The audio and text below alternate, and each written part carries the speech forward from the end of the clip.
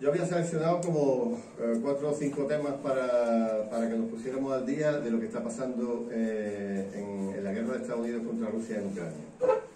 Que está claro que no es reforma. Yo recuerdo a compañeros que les costaba mucho decir eso y que ya lo tienen clarísimo, entre otras cosas, porque el ejército ucraniano prácticamente está destruido. Lo que hay es cañones de cañón que mandan en oleadas de miles y miles de personas a la picadora de carne para intentar arrebatar una aldea que a lo mejor van a tener 2 días por una bandera para un vídeo, ¿no? Porque al día siguiente los han vuelto a echar, ¿no? Entonces los que están ahora mismo sobre todo luchando son mercenarios internacionales.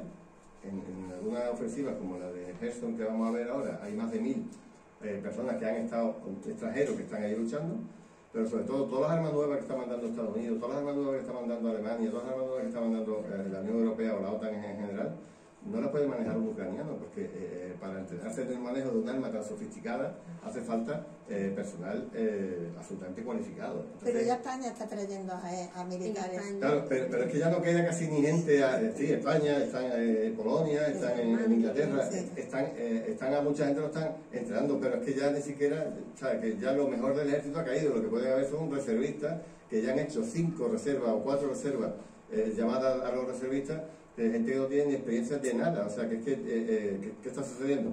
Pues que al final la gente que está manejando todo esto suelen ser supuestamente mercenarios europeos, pero que lo normal es que sean militares de esos países de Estados Unidos y de Europa, vestidos de contratistas de seguridad, ¿no? Que es como se les llama eufemísticamente, para no decir mercenarios, ¿no? Bien, pues evidentemente las armas cada día son más armas de la OTAN. La gente que lo maneja son de la OTAN, la información satelital que se le da es la OTAN que le está bueno, Estados Unidos más bien, que le está proporcionando dónde tienen las coordenadas para dirigir los bombardeos. Y además el internet, por ejemplo, está facilitado por la empresa americana Starlink, el dueño de Tesla, que tiene una red de cientos y cientos de satélites apuntando a Ucrania para que puedan tener internet, porque así como se están comunicando entre ellos la posición de la guerra y cómo pueden enfocar objetivos, ¿no? Bueno, pues lo que decía, una guerra de Estados Unidos y una guerra de la OTAN contra Rusia en Ucrania, que van a pelear hasta el último ucraniano, que eso es lo que es como el chascarrillo que se dice, ¿no? Porque están utilizando a los ucranianos como puramente mercenarios. Bueno, estos días hemos estado hablando en la prensa de la contraofensiva que se va a lanzar en Gerson. Se está hablando también de un cambio de estrategia de Moscú, que veremos cómo, que ahora mismo se está dirigiendo a destruir la infraestructura fundamentalmente energética de Ucrania. Han aparecido nuevos documentos, que voy a poner aquí un par de ellos, uno de la NSA, que destapó el New York Times en su día, y bueno, y alguna declaración más del jefe del Consejo de Seguridad de Ucrania diciendo cómo empezó la guerra, que deberíamos de conocer. Han pasado también una serie de elecciones en los 4 territorios ahora mismo que están liberados, ocupados, como se quiere decir, pero que están en manos de Rusia. Y bueno, vamos a ver también algunos indicadores económicos que nos van a marcar cuál es de verdad el ritmo o la dirección que lleva la guerra, ¿no? Entonces, bueno, vamos a empezar un poco en este orden. Ya he comentado que la famosa contraofensiva en el sur del país, no en el este, sino en las 2 provincias, Zaporilla y Gerson, se lleva lanzando desde hace como 2 o 3 meses, y ahora parece que están reuniendo una fuerza de más de 150.000 personas que van a intentar, por orden de Estados Unidos, van a intentar reconquistar la capital de Gerson. Rusia lo que está haciendo es a la gente civil que pueden caer en un fuego cruzado, se los está llevando a zonas más tranquilas o incluso a Rusia. Se le están dando gratis a cada familia que no tenga asiento en Ucrania, de momento se le está pagando, se le está dando gratis un apartamento en Rusia. Y lo están quitando sobre todo a la gente que está de la orilla de un río, que ahora mismo está como límite, a la gente que está en el norte, que son los que donde van a caer fundamentalmente los bombardeos ucranianos. Los están quitando en medio para salvaguardarlos, entre otras cosas porque son ciudadanos ahora mismo rusos. Ellos han votado de manera mayoritaria, más del 80 y tantos %, pertenecer a Rusia. Y es lo mismo que decíamos antes, cuando quien vota es alguien que me interesa, le doy la independencia como en Kosovo, como en algún otro sitio, y cuando vota a los que no me interesan, pues son elecciones ilegales, ¿no? Eso es lo de siempre. Mira, ¿por qué es necesaria para Ucrania meterse en esta contraofensiva tan fuerte? Pues hay muchos factores. Uno de ellos es que llega el invierno. Imaginaros, una de las cosas por las que se sabe que la guerra estaba preparada desde, como mínimo, de 2019, es porque había varios miles de kilómetros de trincheras construidas, muchas de ellas reforzadas con hormigón por los dos lados y con una serie de búnkeres cada tantos metros para refugiarse en caso de bombardeo.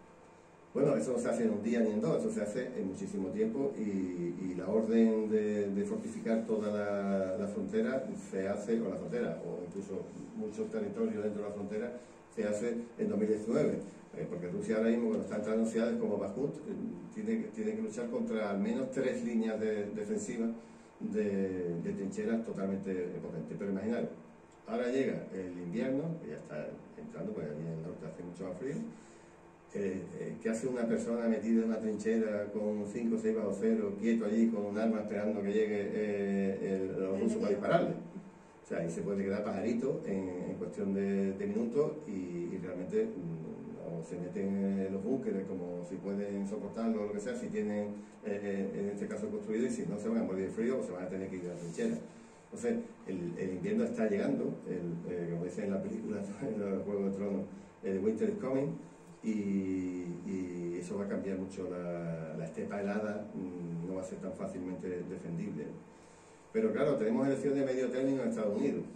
Estados Unidos ha apostado por apoyar indefinidamente con dinero sin fin y con armas sin fin a Ucrania, y resulta que prácticamente Rusia tiene casi el 20% de Ucrania en sus manos, y además, bueno, pues aunque los medios no lo quieren decir, cada día en los mapas de cómo va la guerra aparecen nuevas banderitas de liberación, que jamás lo dicen. Cuando ganan por 10 minutos Ucrania una aldea, lo salen todos los medios, están hundiéndose, el ejército ya no tiene, y de pronto, bueno, empiezan a ganar durante 2 días, 4 o 5 aldeas, no dice nadie nada, y cuando alguien quiere saber qué está pasando, pues claro, lo que se queda es que Rusia está hundiéndose en todos los frentes, que no tiene ejército, no tiene nada. Y matando niños, porque eso es otra. Sí, bueno. Que están matando niños y embarazadas por todos sitios.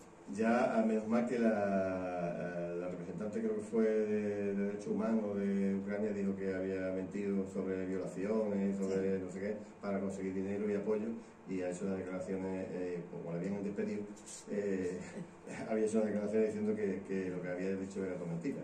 Eso no saldrá no sale en los medios y demás. Bueno, pues, ¿qué más va a pasar en breve en esta historieta? Mira, hay un vídeo por ahí de un comandante norteamericano, asesor del Departamento de Defensa, coronel, perdón, que cuando lo contaba con pelo de señal estaba subtitulado al castellano, diciendo que Rusia prácticamente no se había empleado en esta guerra casi nada. Y me explico. La mayoría de los actos, vamos a llamarle de tierra, otra cosa son la aviación y los misiles y tal, los estaban haciendo primero los voluntarios de Donetsk y los voluntarios de Lugansk, las dos provincias, las dos oblasts que dicen ellos, independentistas, que no eran independentistas, los convirtieron en independentistas cuando empezaron a matarlos. Ellos querían ser simplemente de una autonomía dentro del país. Pero bueno, ahora son independentistas y ahora son rusos. La población mayoritaria era rusa, evidentemente. Bueno, pues el grueso de la tropa de tierra que estaban eran los voluntarios de Donetsk y de Lugansk, que son unas milicias populares que se fueron creando para defenderse de Rusia. Bueno, pero también había voluntarios fundamentalmente de Chechenia. Los chechenos, que además son absolutamente temidos por la bravura o por la leyenda que les tienen, que les precede, son otros que han mandado a varios miles de individuos y han hecho labores, Mariupol y en algunos sitios absolutamente brutales, ¿no?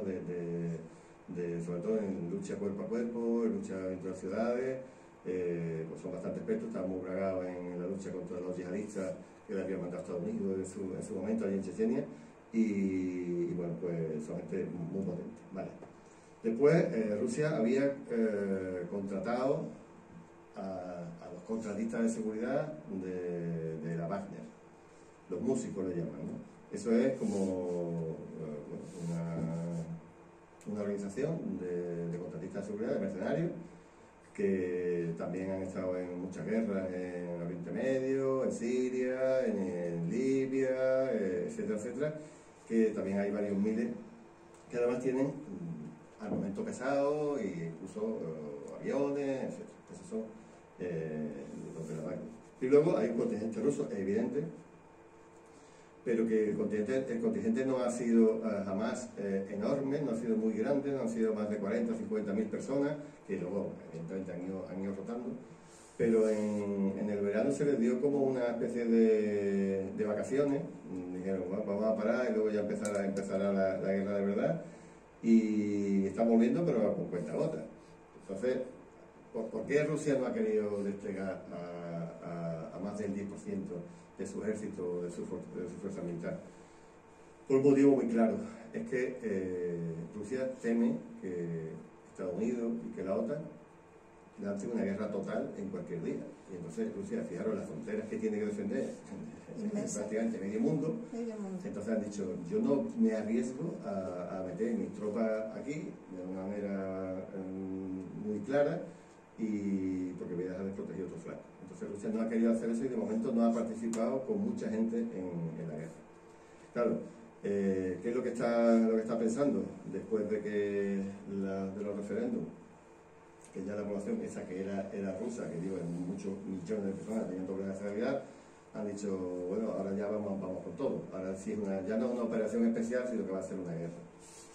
Y han hecho una leva de gente con experiencia militar previa, no con gente sacada de una mili, ¿no? Como decíamos aquí, y poco más, sino que han hecho una leva de unas 300.000 personas que ya han llegado en unas cuantas decenas de miles al teatro de operaciones, pero que en 2 semanas, 3 semanas van a estar ubicados, al menos más de 150.000, más de la mitad de los que te decían van a estar ubicados allí. Con lo cual, ¿qué sucede? Que Ucrania ahora mismo tiene una superioridad numérica absolutamente bestial.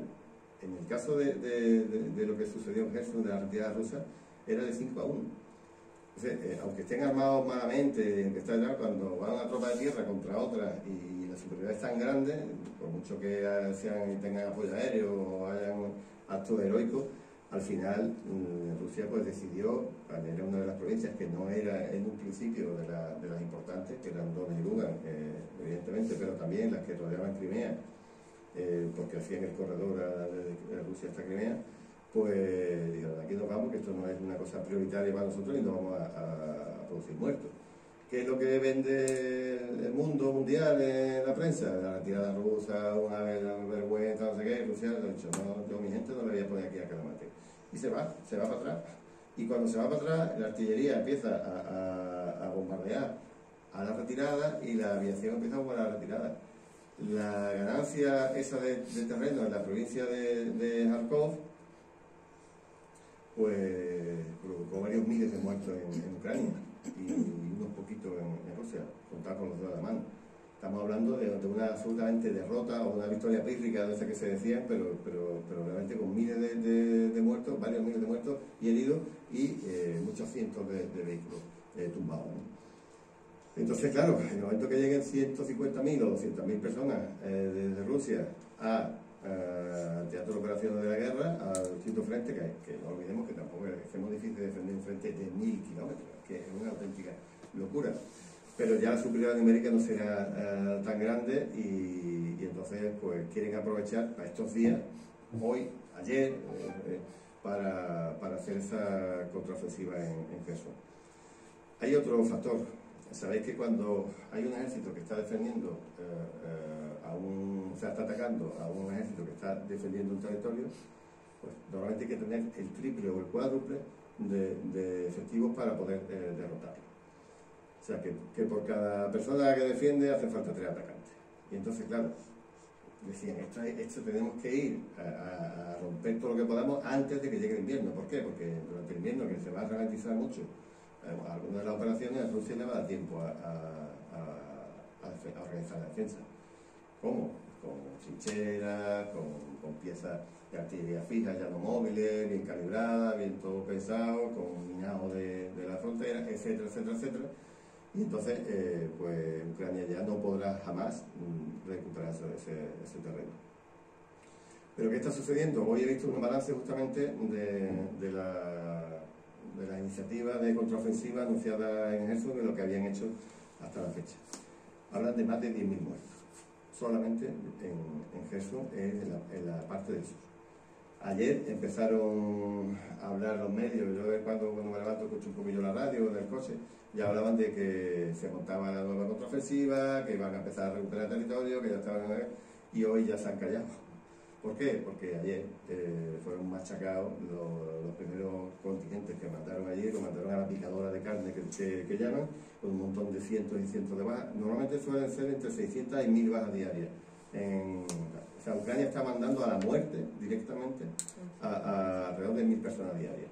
Yo le calculo que van entre muertos y heridos casi 200.000 personas ya, y muertos seguramente más de 100.000 en Ucrania. No lo quiero decir evidentemente porque eso hunde la moral y porque eso no conviene. Si están diciendo que están ganando todos los días, pues evidentemente no van a decir que han muerto 100.000 personas. Pero en una relación prácticamente de 10 a 1, o sea, de 10 ucranianos muertos por cada ruso o por cada aliado ruso que está en guerra. O sea, es una auténtica barbaridad. Pero estos días, por todas estas razones que estamos viendo, vamos a ver, vamos a pensar que se van a encontrar con un montón de intentos de ofensiva en Nikolaev, en Gerson, en la provincia de Zaporilla, ¿no? Van a intentar también, como sea, quedarse con la central nuclear, que es la central nuclear más grande que tiene el país.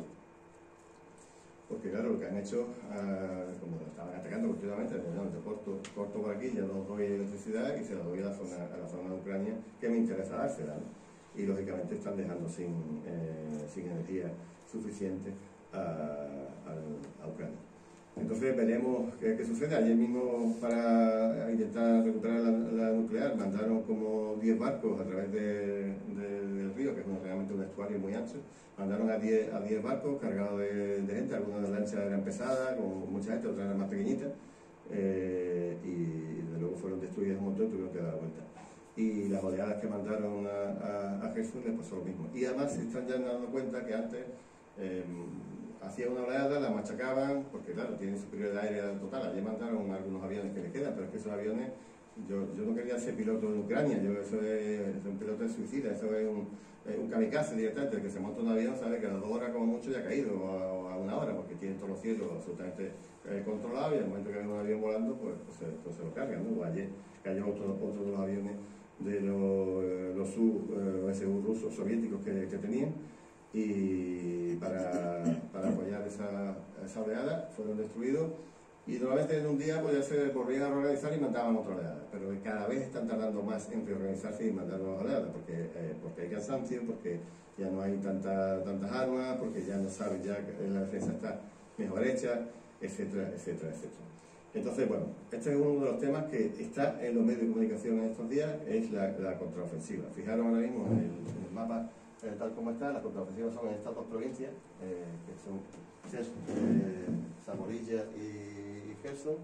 Esto es Lugansk, que está prácticamente entero liberado. Esto es Donetsk, que está un poquito más de la mitad liberada. Esto es Kharkov, que hay algunas que fue donde se retiraron, tenían prácticamente toda esta zona, y cuando se le metieron aquí todo ese ejército, bueno, se quitaron del medio, ¿no? ¿Y qué es lo que le interesa? Fundamentalmente la zona de la nuclear y todo esto, y acercarse a Crimea, porque con las armas nuevas que le han enviado a Estados Unidos, Crimea podría estar a tiro. Entonces, bueno, lo que quieren es, ya que no pueden reconquistar Crimea, bueno, reconquistar nunca fue ucraniana, o sea, es una estupidez, pero ya que no pueden con ella, lo que van a hacer es imposibilitar la vida normal en la zona. Muy posiblemente, depende de cuando cuando veamos un poco el despliegue que hagan. La idea de Rusia, yo creo que sería volver a ocupar Kharkov, coger Donetsk, lugar ya lo tienen, Donetsk, estas dos provincias, y luego llegar hasta Odessa, que estaría por aquí, y llegar hasta Transnistria, que es la parte que se separó de Moldavia en los años 80-90, y que de facto es independiente y que está protegida por Rusia desde entonces. Entonces, el corredor que ya tienen desde Rusia, que está ahí a la derecha, hacia Crimea, lo tienen perfecto, tienen un puente aquí creado, una maravilla de la ingeniería, que ha sido atacado por un coche, un camión bomba hace poco, pero la idea es que tener el corredor terrestre hacia aquí, porque si aquí le cortan, aquí es donde sale el agua para beber Crimea, que no tenía agua durante tantos años, y la idea es llegar hasta Moldavia, hasta Transnistria, porque según el informe de la Rand Corporation americano, uno de los sitios donde había que desestabilizar a Rusia para tratarlos en guerra era en Transnistria, que está en la frontera esta de Moldavia. Bueno, hemos visto también un cambio de estrategia absolutamente enorme en la actuación rusa en Ucrania. ¿A qué me refiero? A ver, Rusia estaba protegiendo a la población civil ucraniana de manera absolutamente clarísima. ¿Por qué? Porque no era porque el escenario de las tropas, del escenario de operaciones, eran zonas rusas. O sea, decían, es que están matando a civiles. Mira, ¿cómo van a matar a civiles si los civiles son los que están votando ahora quedarse dentro de Rusia? O sea, no ha habido masacres de población civil en ninguna de estas que han contado en Mariupol, en mil sitios, porque la población que está allí, ellos venían a rescatarla, a liberarla dentro de su filosofía. Que no esté de acuerdo, pues tampoco pasa nada, pero que entiendan que Rusia ha ido a liberar a los rusos, a esos 8 millones de rusos que viven en Ucrania, y no los han matado porque querían, si lo quieren que formen parte y que ellos libremente se quieran adherir a Rusia. ¿Cómo van a estar matándolo? O sea, que eso está claro, porque además los números de muertos civiles son tan ridículos que los que Estados Unidos provoca en un día, en una guerra en Oriente Medio, es de lo que lleva Rusia en 6 o 7 meses.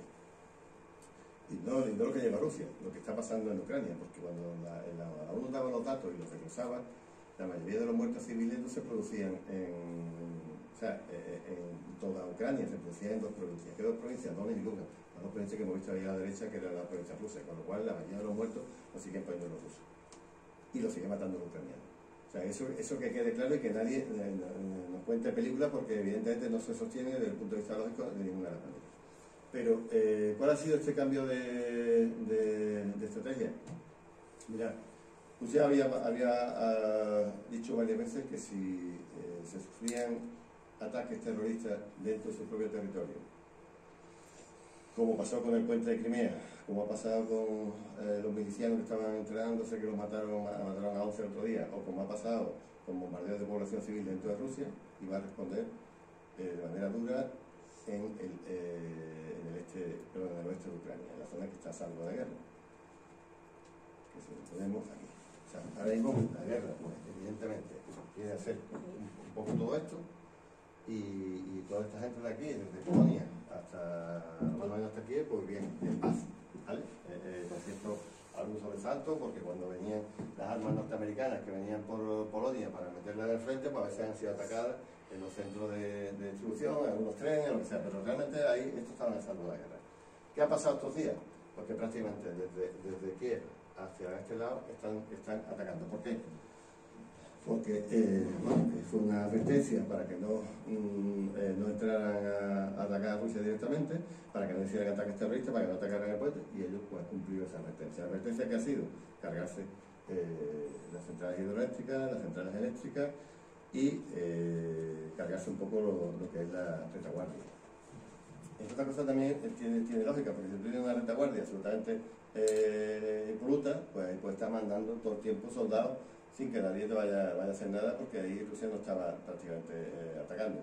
Pero sí, ahora mismo se han puesto con la energía, con las telecomunicaciones y con los abastecimientos de agua. Ahora va a ser bastante más difícil vivir y todo el mundo va a sufrir las consecuencias de la guerra, que hasta la fecha se habían estado, y además de invierno, porque ahora bueno, pues la gente está haciendo acopio de leña, incluso los pisos, porque saben que el invierno va a ser duro, y como siga la cosa tal como está bien planteada, pues se va a seguir atacando la infraestructura de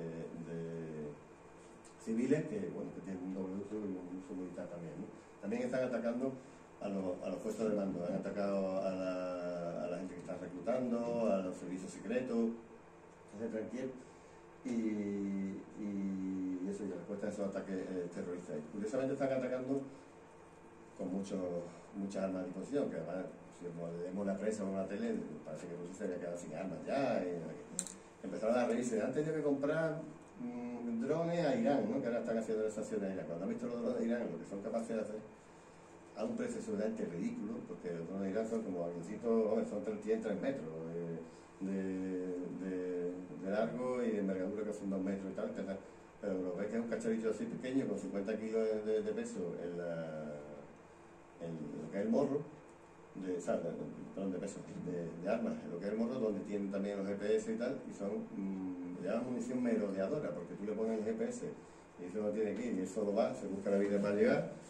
Normalmente hay un objetivo, imaginaros, pues un depósito de armas, y tú mandas a 10 drones, y mandan un dron por aquí, otro por aquí, otro por aquí, otro por aquí. Ellos saben dónde tienen que llegar, dan la vuelta que tengan que llegar, o hasta pueden reconocer el objetivo. Le llaman la motocicleta, así como en plan con sorda, porque hace un ruido como si fuera una motillo, pero ahora esa motillo va a 180 km por hora, no la pueden parar, y la están liando parda.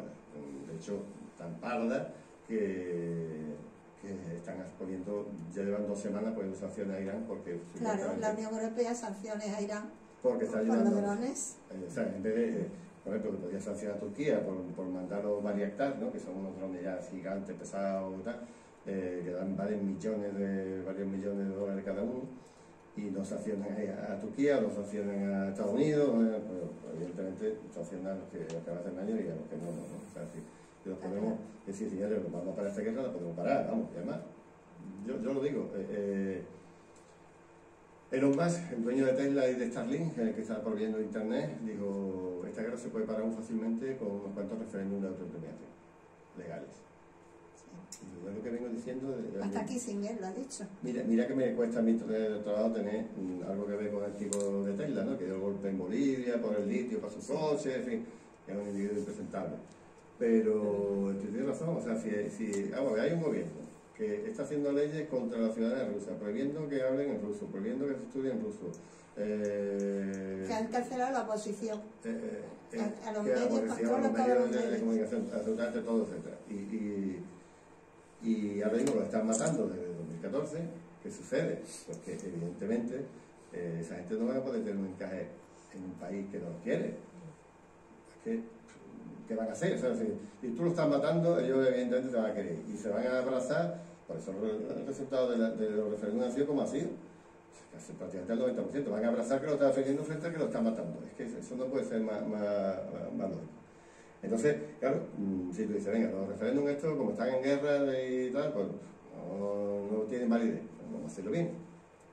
La gente tú metes a la ONU allí o a observadores internacionales, que lo ha habido de 30 o 40 países, lo que pasa en los Estados Unidos y en Europa, sino en otros países que son muy grandes.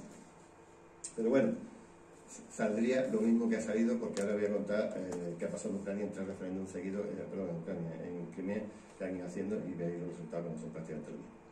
En fin, que la solución evidentemente es esa, no es decir, no, que se vayan los rusos y ya se acaba, ¿no? Se acaban los rusos y matan a 8 millones de personas que son rusos y se lo van a cargar como se lo están cargando en 2014 y que estaban preparados para cargárselo a todos. O sea que realmente lo que está sucediendo desde el final del año pasado es que estaban metiendo armas en la frontera para la solución final, que es lo que decía Hitler de los judíos, la solución final, pues la que darle la solución final a los rusos allí. Rusia iba a entrar, y todo el mundo sabe que iba a entrar, y está escrito que iba a entrar, y está escrito que iba a defenderla, y está escrito que incluso que iban a salir de la frontera.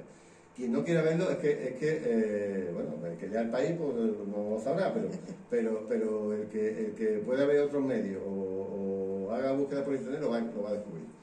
Fijaros lo que yo decía hace un momento de cómo van cayendo estas armas. España no tiene 324 casas ni queriendo operativo. O sea, creo que estaban 100 y pico. Realmente tú dices, pero 300 sistemas antimisiles de tierra-aire, 873 lanzacohetes de lanzaderas múltiples. España puede tener 30, 40, es que no tiene más. O sea, que es que esto no es Ucrania, esto no es una guerra contra Ucrania. Quien se crea esto es que es un pardillo. Sí. O sea, tú miras estos datos, que son datos oficiales de 2.000 drones, o sea, señores, quien vea esto sabe clarísimamente que esta es una guerra contra toda la OTAN. Lo que pasa es que no quieren entrar porque si entran... La guerra de Estados Unidos contra Rusia. Se monta una guerra mundial, una guerra mundial que además no va a destruir el planeta completo. O sea, que está claro.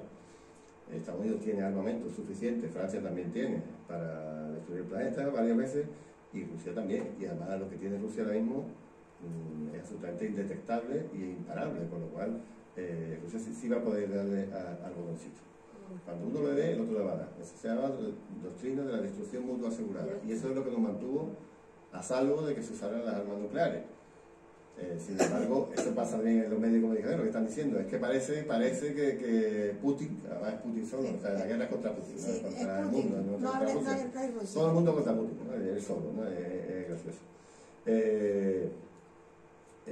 Ellos hicieron bueno, cuando se vieron que estaban absolutamente rodeados, ¿qué hicieron? Pues el complejo militar industrial desarrolló una serie de armas súper potentes, hipersónicas, que van a más 30 velocidades de Estados Unidos, mientras Estados Unidos no llegan ni a más 5, y además llegan a más 5, pero además con cosas de prueba, que todavía no dan en el objetivo, y ahora mismo Rusia tiene para dar y para regalar, tanto en el mar, con los Poseidón, como los Armat, como los Avangard, y otra serie de misiles hipersónicos, que ahora mismo es un sueño para Estados Unidos que va a tardar como mínimo 5 años en tener algo que se le parezca. Con lo cual, ahora mismo, Estados Unidos no va a atacar porque sabe que sería destruido. Sin embargo, es a lo que iba. Si Putin dice, cuidadito con disparar armas nucleares, que se le puede venir en contra. Y se pone el mundo entero loco, Rusia va a atacar, cuando la difunta de Liz Truss, la que ha dimitido hoy de Reino Unido, Macron, Biden, Johnson, etcétera, llevan amenazando con el uso de armas nucleares hace un montón de tiempo, pero no pasa nada. Cuando es Rusia quien insinúa que si me atacan con armas nucleares, cuidadito, me pueden mover contra, hasta los ideólogos de Podemos como Alba Rico empiezan a decir en público, empiezan a decir barbaridades, sumándose al coro de los atlantistas. Sí, patético. Mira, esa última animación ahí, jodida.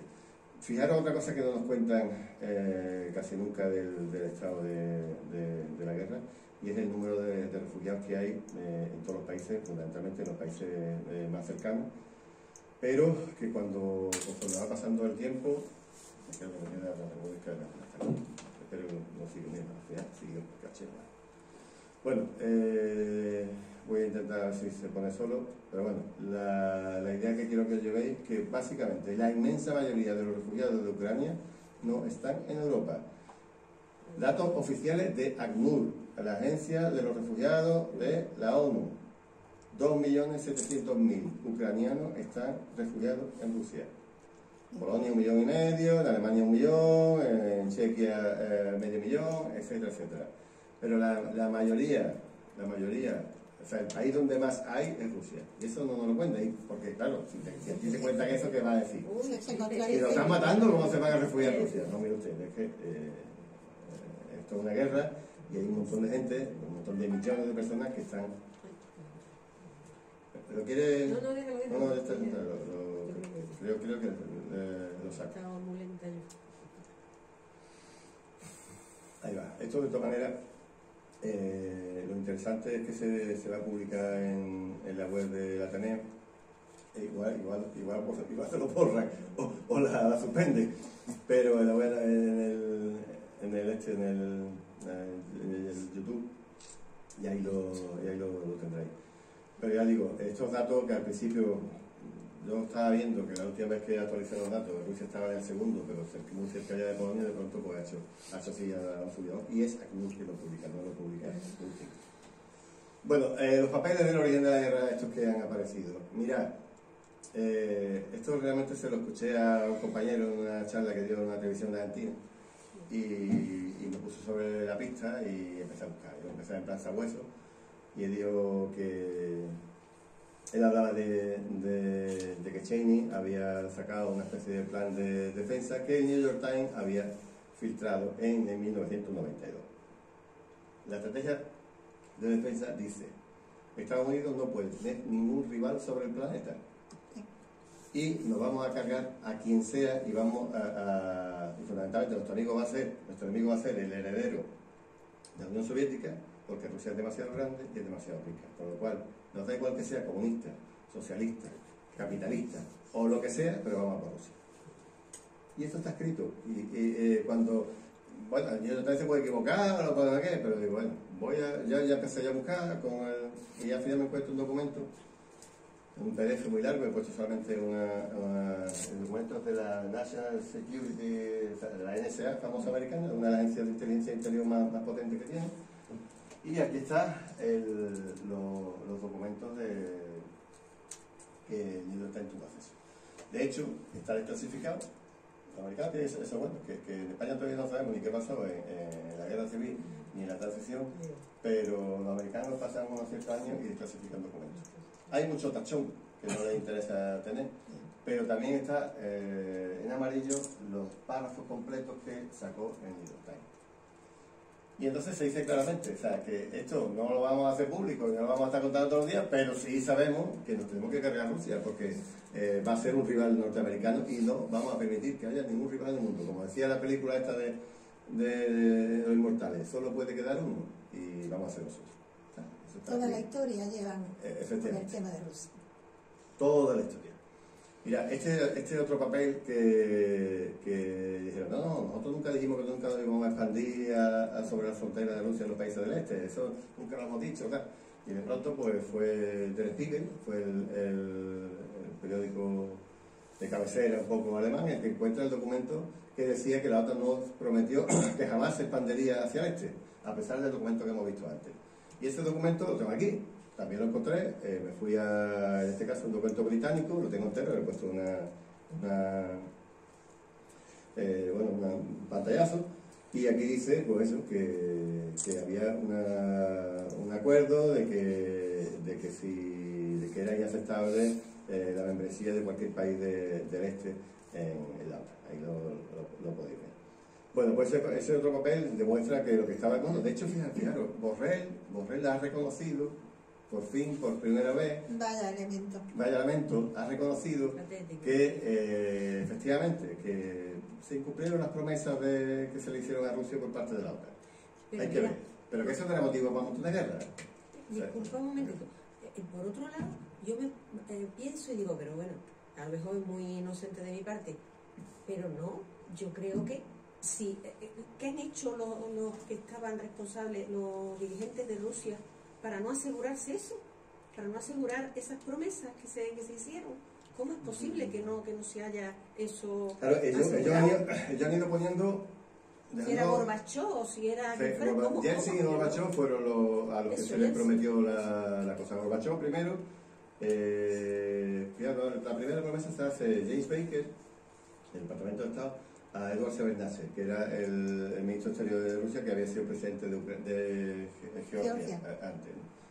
Y bueno, las promesas están ahí claras, esto está absolutamente pero eso literal. Se plasman en documentos. Sí, en esos documentos. Bueno, y Putin lo ha venido pidiéndolo insistentemente y ha venido reclamando eso. ¿Os acordáis el año pasado? Por eso intervino ya definitivamente. Desde el verano, o después del verano empezó a decir, señores, vamos, garantía de seguridad.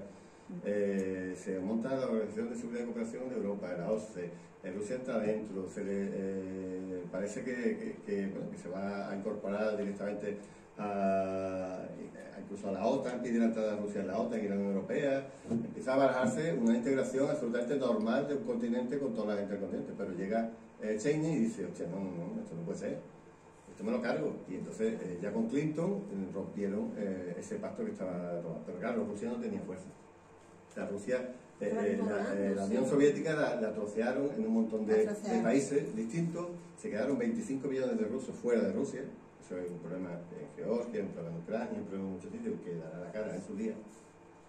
y Rusia no tenía fuerza para nada. Yo recuerdo a los militares por el 92 sería, no sé en qué fecha sería, los marineros rusos que estuvieron aquí en Cádiz vendiendo todas las chapitas, sí, yo fui en el barco, yo vi imagen de pena, de cómo están. No, pero no exactamente que tuvieran pena, perdona que te interrumpa.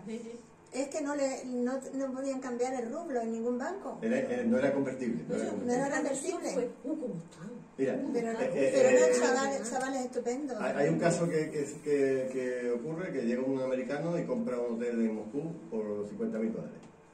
No me acuerdo exactamente la cifra. Usted se vende a saldo, a cachitos. Y se compra un hotel, o sea, un hotelazo en el centro de Moscú, con un monumental, histórico y tal, por $50.000. Bueno, pues llegaron, vieron allí, entraron allí, vieron la araña que había de lámpara que había en el pasillo, a la entrada. Cogieron la araña esa, la vendieron por más de lo que, en Estados Unidos, más de lo que costó todo el hotel. O sea, una sola lámpara.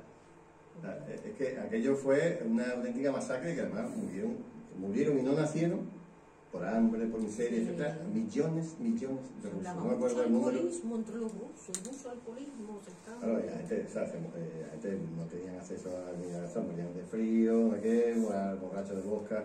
Era una época absolutamente súper heavy. ¿Qué sucede? Por cierto, ¿habéis escuchado ese entrenador español que hay en Moscú? Que lo han entrevistado en varios sitios. Dicen, si allí no pasa nada, en Europa se está hundiendo, pero allí está todo normal. Y no lo dejan que hable.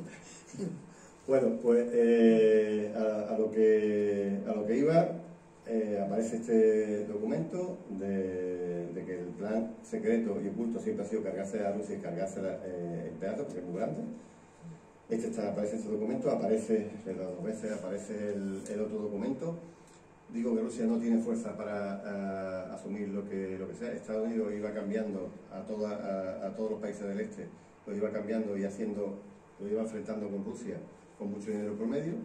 El país que no lo conseguía cambiar lo invadía, en el caso de Yugoslavia, y el que podía pues le montaba la revolución de colores, como la que montaron en Ucrania. Montaron una que le salió rana porque eran unos corruptos, y después montaron otra, que es la del 2014. Como digo, todo está planificado, y los 5 o 6 escenarios que querían los americanos atacar a Rusia para debilitarla era Ucrania, dándole ayuda letal a Ucrania, en Siria, Bielorrusia, en el sur del Cáucaso, en Asia Central y en Moldavia, que es lo que yo contaba antes de Transnistria. Eso está escrito, y lo tengo también ahí, de la Red Corporation, lo tengo, está traducido al castellano que dice. Esto es lo que decían, que iban a que proporcionar ayuda letal iba a tener un beneficio, porque se iba a cargar a Rusia, le iba a debilitar, y había un riesgo de que Rusia pues, contraatacase. Y esto está escrito en un documento norteamericano del Pentágono. Es que es literal, Rusia podría contraatacar comprometiendo más tropas y empujándola más adentro de Ucrania, que es lo que está pasando. Rusia podría incluso adelantarse a la acción de Estados Unidos, que estaba prevista para marzo de 2022. Y se adaptó unas pocas semanas. Ucrania no tiene armas nucleares, ¿no? No. Tenía armas nucleares que eran soviéticas, pero mediante un tratado se fueron hacia... Armas biológicas de la OTAN. Bueno, este documento está ahí. Pero fijaros lo que dice este señor, Alexei Danilov. Es el jefe del Consejo Nacional de Seguridad de Ucrania. Esto lo dice hace unos par de meses antes.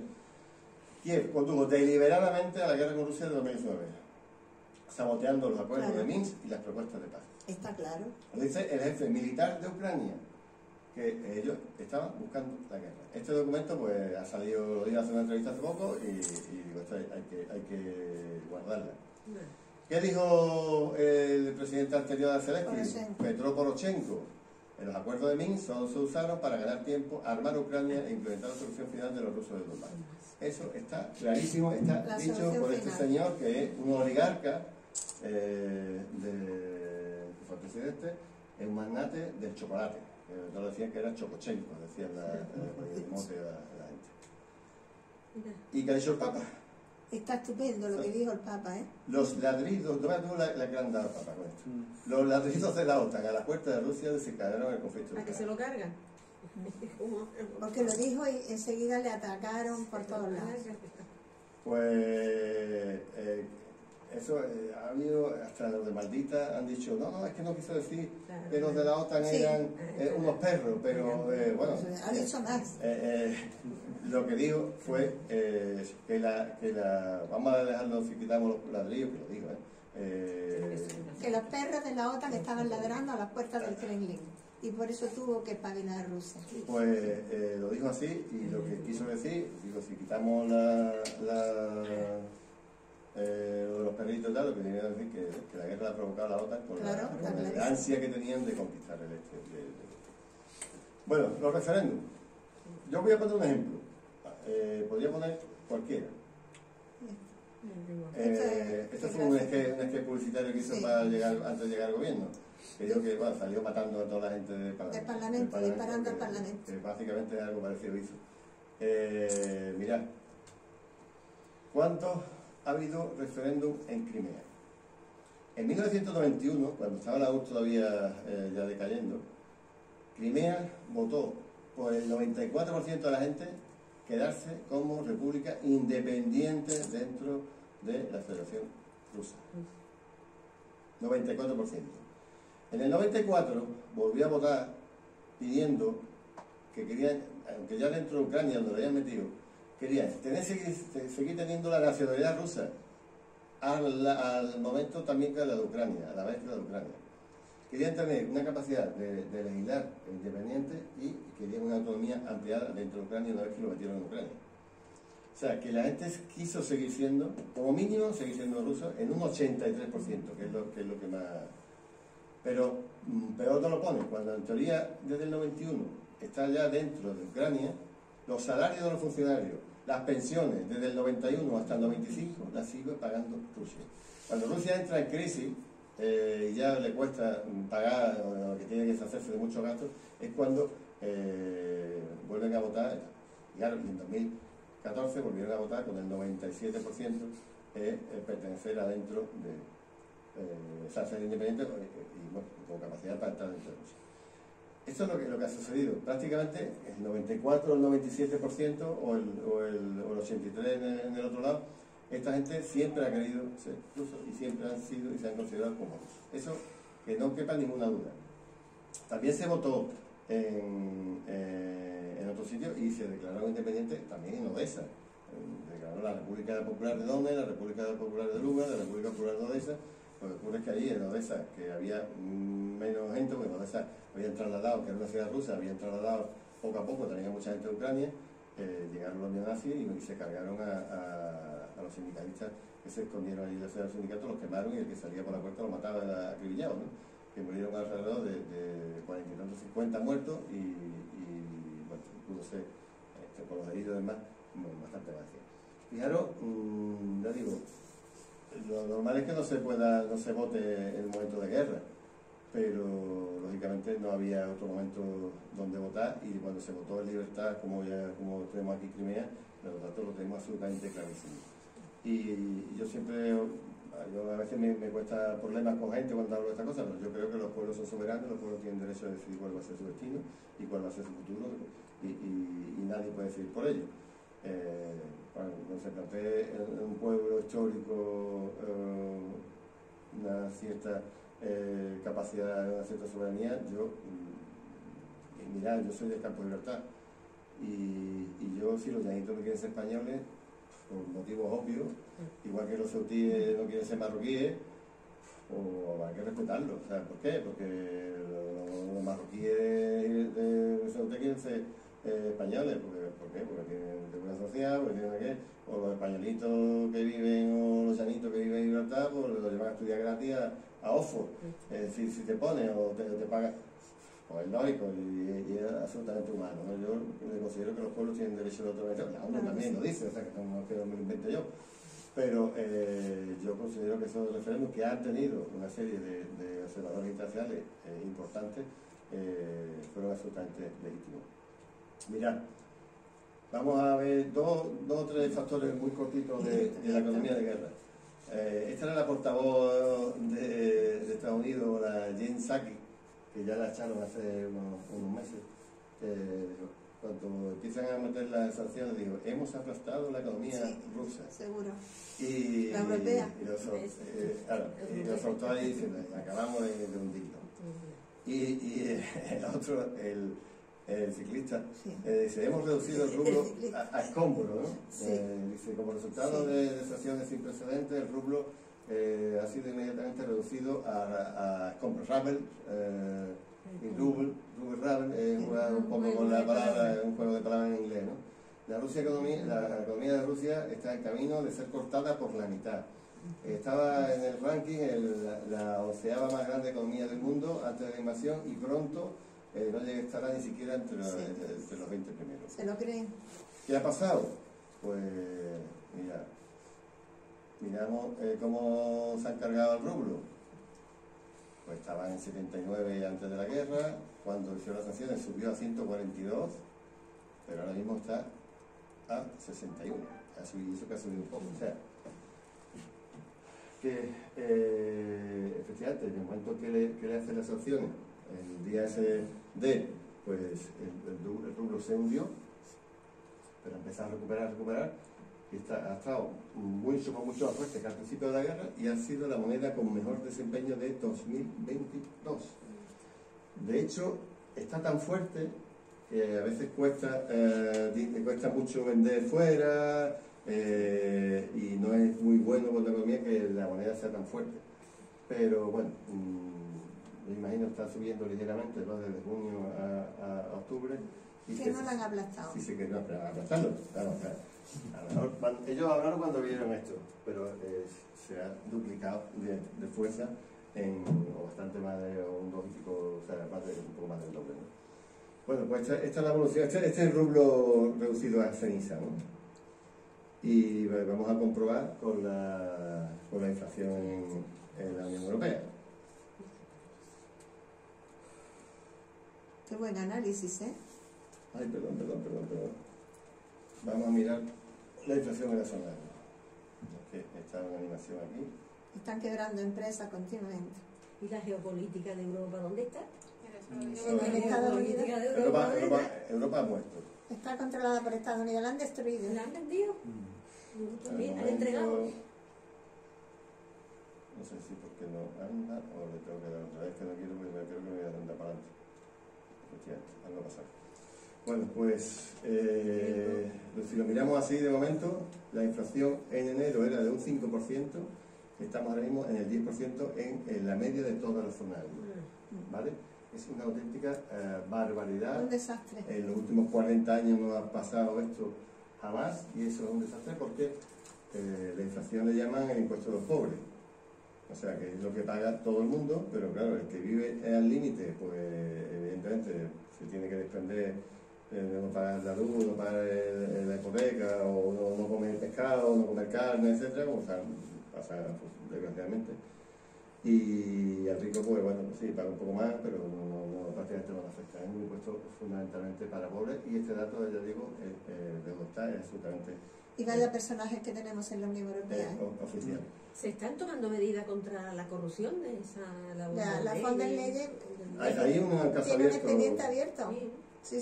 ¿Cree que todavía funciona? Por robo de dinero, por comisiones. Claro, pues a ver si eso...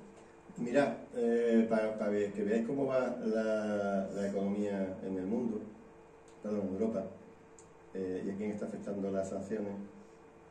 La popularidad de los presidentes, según un estudio americano y europeo de las universidades, el presidente más valorado del mundo Vladimir Putin. por su gente ha bajado un par de puntos, también es lógico. Es Vladimir Putin. El siguiente es Abinader, que es de Dominicana, de la República Dominicana. Y el tercero, una vez que se lo han cargado, Mario Draghi, y ha perdido todas las elecciones y ha ganado mucha popularidad, que es el 60. Fijaros la diferencia entre un presidente y otro. ¿Qué ha pasado con Putin? Ya lo voy a explicar en 2 minutos muy fácil. Putin recoge un país absolutamente hecho polvo, donde la gente pasaba hambre, la gente se moría de frío, y de pronto pues ha empezado Le ha devuelto la dignidad. a darle la vuelta, tú lo has dicho, le ha devuelto la dignidad. Los rusos ya recuperan parte del esplendor perdido, se han enfrentado a Estados Unidos en Georgia, se han enfrentado a Estados Unidos en Ucrania y demás, y ya pueden al menos defender su tierra, que antes no podían. Y entonces ha pasado cuando se muere Gorbachev, hablo con una compañera de la televisión rusa y me quería hacer una entrevista y dice, bueno, ¿tú qué opinas de Gorbachev? Y dice, como sondeando un poco, ¿no? Antes de la entrevista, digo, mira, esto, es que como en Europa es un héroe internacional, de los más potentes, y aquí lo odiamos a muerte, aquí lo odiamos a muerte. Digo, ya, pues lógicamente, si este hombre pues, vendió el país, lo destrozó y no sé cuánto, y ahora este hombre pues la ha vuelto a levantar, nos guste o no nos guste, nos caiga mejor, nos caiga peor, yo ahí no entro, pero evidentemente la gente está no contenta, sino lo siguiente con Vladimir Putin. Entonces, bueno, esto es lo que quería contar un poco para poneros en antecedentes de cómo va la guerra, cómo va la situación, incluso en la parte económica. Y tenemos un tiempito para que comentéis lo que os va. Yo sé que siempre me está preguntando cosas por internet o algunos compañeros, cualquier cosa que os interese, no sé, la ley marcial, ¿no? Que es lo último que ha salido hoy o hoy ayer. La ley marcial estaba promulgada en los 4 territorios por las autoridades de Donetsk, Lugansk, Gerson y Zaporilla. Lo tenían, lo que ocurre es que ahora al entrar en Rusia lo que han hecho es volver a implementar esa ley marcial que lo que hace es que a la gente que está, los comandos que están entrando, etcétera, lo pueden detectar fácilmente para luchar contra los actos militares o los actos terroristas de esos grupos de comandos que están infiltrando, y lo que han hecho simplemente es meterle la ley rusa. Pero eso está ahora mismo porque normalmente la ley marcial está, cuando un país está en guerra o una guerra está en guerra, la ley marcial, como su propio nombre indica, se decreta prácticamente de inmediato, ¿no? Pues, lo que queráis.